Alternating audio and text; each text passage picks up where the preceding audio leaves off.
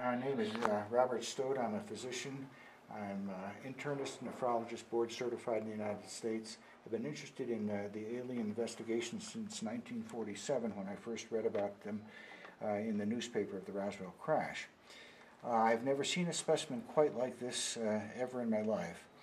On the right-hand side here we have a normal skull which shows the fontanelles and all to be closed, which is expected because fontanelles close between 4 and 14 months.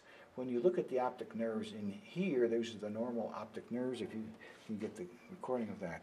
On this particular skull, you see that the fontanelle at the top is open.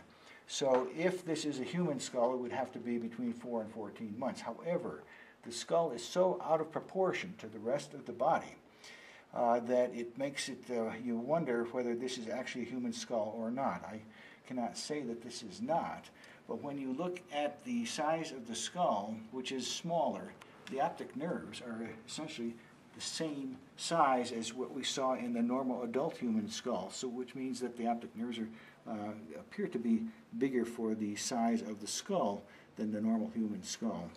We did take a still picture behind the skull, and it did not show the two pinpoint indentations that we see in some of the other elongated skulls. So in essence, I've never seen anything like this. It could very well be a hybrid or an alien. I just can't say for sure, but it certainly is different. And in terms of the dentition? The dentition, see, if it's a child, you can only expect to have 20 teeth. If it's an adult, you should have about 32. Now, I can't count the teeth here, but it's known that some alien species have 20 teeth, which has been found by a dentist in either Wisconsin or Michigan. Size with this very small chest, and here you see an arm which looks like it's disproportionate to what you would expect with the chest cavity. Mm-hmm. In other words, much longer. So that humerus is much longer than one would expect. And so in terms of the shape of the skull, would you say that there's any known medical condition such as hydrocephaly that would result in such proportions and shape?